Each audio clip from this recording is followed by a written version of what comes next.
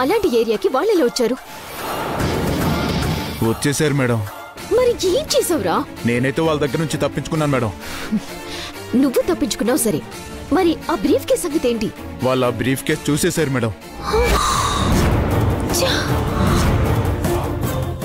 డ్రీ, నేను నీకెంతగా చెప్పానురా, వాళ్ళు నీ ఏరియాకి వచ్చారా లేదంటే నువ్వే తాగటానికి తినటానికి రోడ్డు మీదకొచ్చి వాళ్ళ కనిపించావా? అసలు ఆ బ్రీఫ్ కేస్ ఎట్టి పరిస్థితుల్లోనూ వాళ్ళ కంటపడకూడదని చెప్పాను కదరా.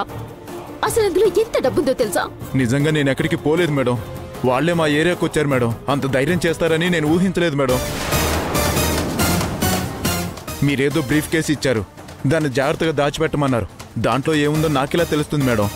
బ్రీఫ్ కేసు ఓపెన్ చేసే అవకాశం అయితే లేదు, కానీ అది ఎవరికంట పడకూడదో వాళ్ళకంట పడకుండా ఉండటానికి నీ దగ్గర పెట్టాను. జాగ్రత్తగా తీసుకెళ్లి ఎవరికైతే ఇవ్వకూడదో వాళ్ళ చేతుల్లోనే పెట్టేశావా?